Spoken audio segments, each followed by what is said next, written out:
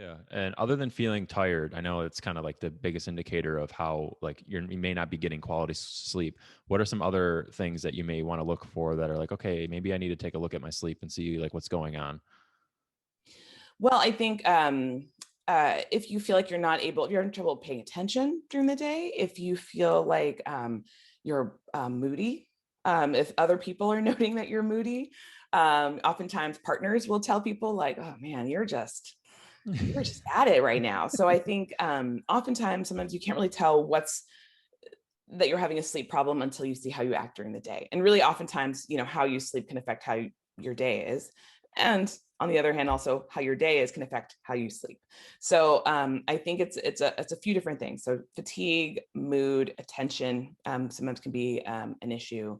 Again, like I said, going back to, you dread sleep. Do you like sleep? Do you feel like you're looking forward to it or not? And then those are kind of other signs. And then there's the obvious, like if you tend to snore, people say you snore, or you gasp in your sleep. Those can be signs of something called obstructive sleep apnea.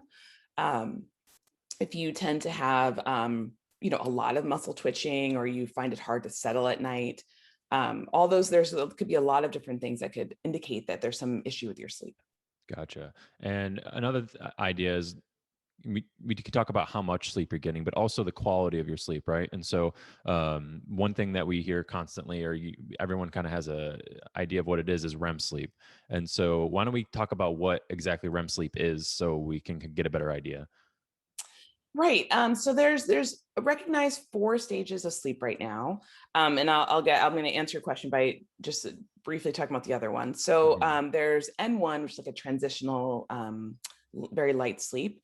N2 sleep, which is light sleep, and three, which is, you may have heard, like, this is slow wave sleep or deep sleep, and then REM sleep, which sometimes is referred to as rapid eye movement sleep. This is a time when you tend to have most of your dreams. This is a time when your brain tends to be very active, but your brain or your body tends to be relatively paralyzed, or you can have something called atonia, which just means like you have low tone. And the thought of REM sleep is that it's interesting because a lot of people think, oh, that's the time when you're in your really deep sleep and you're hard to wake up. It's actually the opposite. It's actually relatively easy to wake someone up from REM sleep. Mm. And so oftentimes when people say, oh, I remember my dreams, it's usually because they're waking up in the middle of REM sleep. Um, Now that people always ask, well, what's the point of REM sleep? Why do we do all these sleeps? What's the point of these sleep stages? To be honest, I don't know if we fully understand why we do all these different sleeps. There's a lot of hypotheses, but I think what we've really know now is that all the different stages are important. You actually cycle through them throughout the night. You go from light sleep to deep sleep to REM sleep. You might have a brief wake up and then you start over again, and you kind of keep doing this cycle throughout the night. And so it's actually normal for you to have a couple brief wake ups. Usually you don't remember them. And so we know that going through all the different stages of sleep is actually important. And your immune system, your muscles, your bones, they need all of it. Yeah, and what is it kind of like a developmental thing as humans? Is what that's why we have multiple stages of sleep, or is like what's the research on that? The thought is, yeah, it's related to development. So, for instance, we have more slow wave sleep as babies, and then we have less as we get older.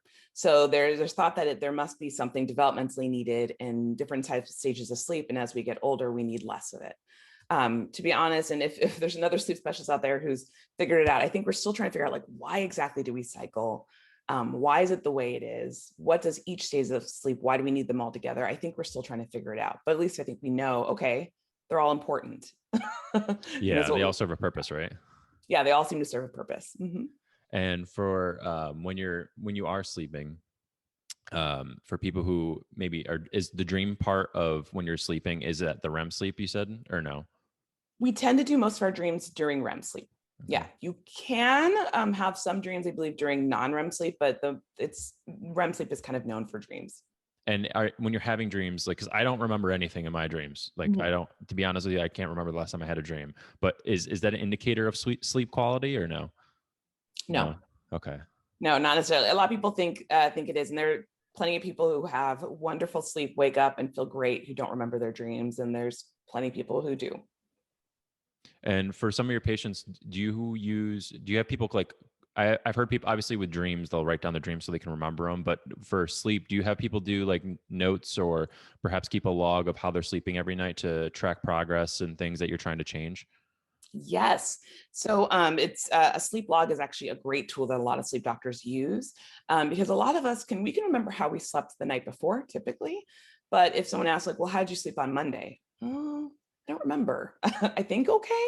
So Hmm. I think if you're looking for patterns, if you're looking for trends, having a sleep log is really helpful for that, especially if you're trying to determine, you know, I keep noticing I'm more tired at this time of day or less so this time, or I'm waking up more here versus there. So sleep log is such a great tool um, that we use to kind of help determine patterns. And you can actually even diagnose circadian rhythm dysfunctions, which means like you don't wake up and sleep at the time that you desire. It can be all sorts. Either it's too early, too late, or somewhere in between.